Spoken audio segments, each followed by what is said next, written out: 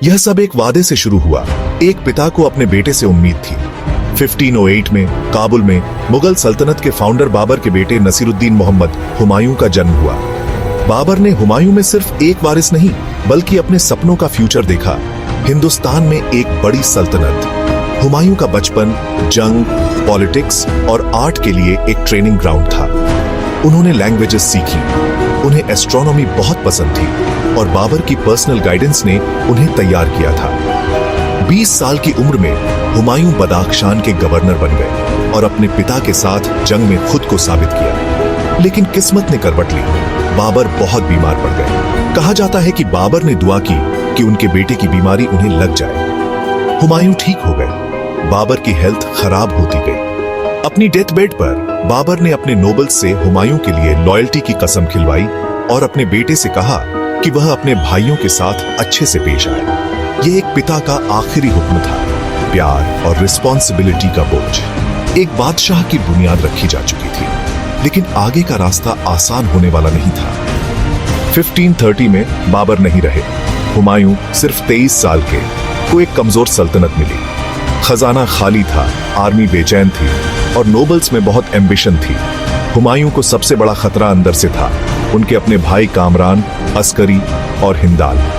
बाबर की विश को मानते हुए हुमायूं ने उन्हें बड़े बड़े इलाके दे दिए। इस दरियादिली से उनकी अपनी पोजीशन कमजोर हो गई और उन्हें जरूरी रिसोर्सेज से दूर कर दिया।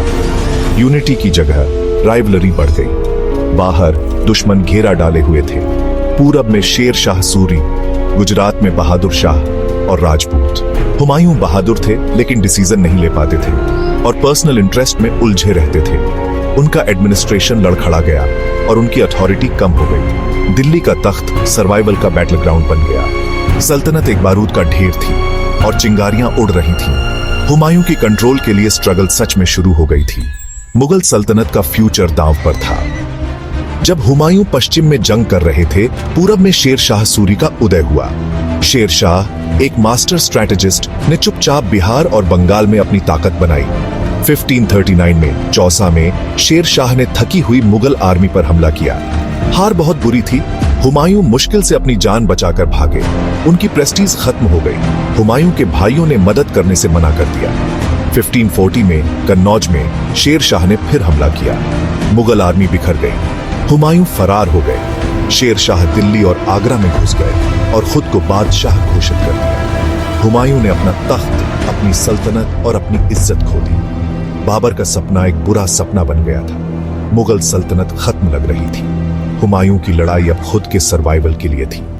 एग्जाइल की लंबी रात शुरू हो चुकी थी।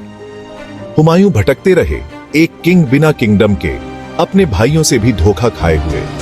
निराशा के बीच उन्होंने हमीदा बानो बेगम से शादी की। उमरकोट में उनके बेटे अकबर का जन्म हुआ।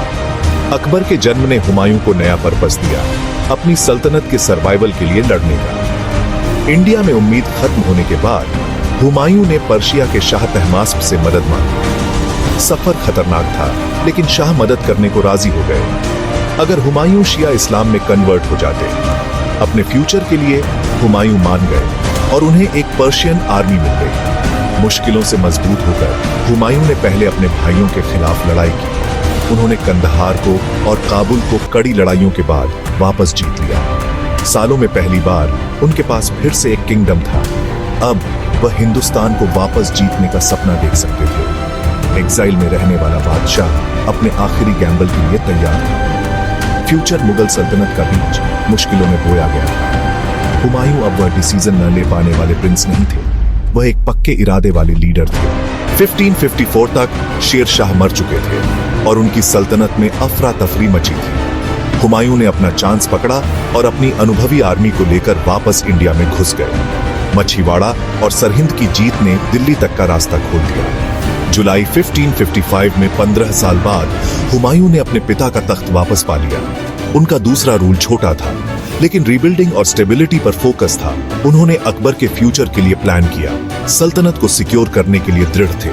हुमायूं का नॉलेज के लिए प्यार कायम रहा। वह शामें अपनी लाइब्रेरी में बिताते थे। जनवरी 1556 में लाइब्रेरी की सीढ़ियों से एक जानलेवा गिरने से उनकी जिंदगी खत्म हो गई। हुमायूं का सफर नुकसान, एग्जाइल और आखिर में जीत का था। उनकी लगन ने मुगल सल्तनत को बचाया।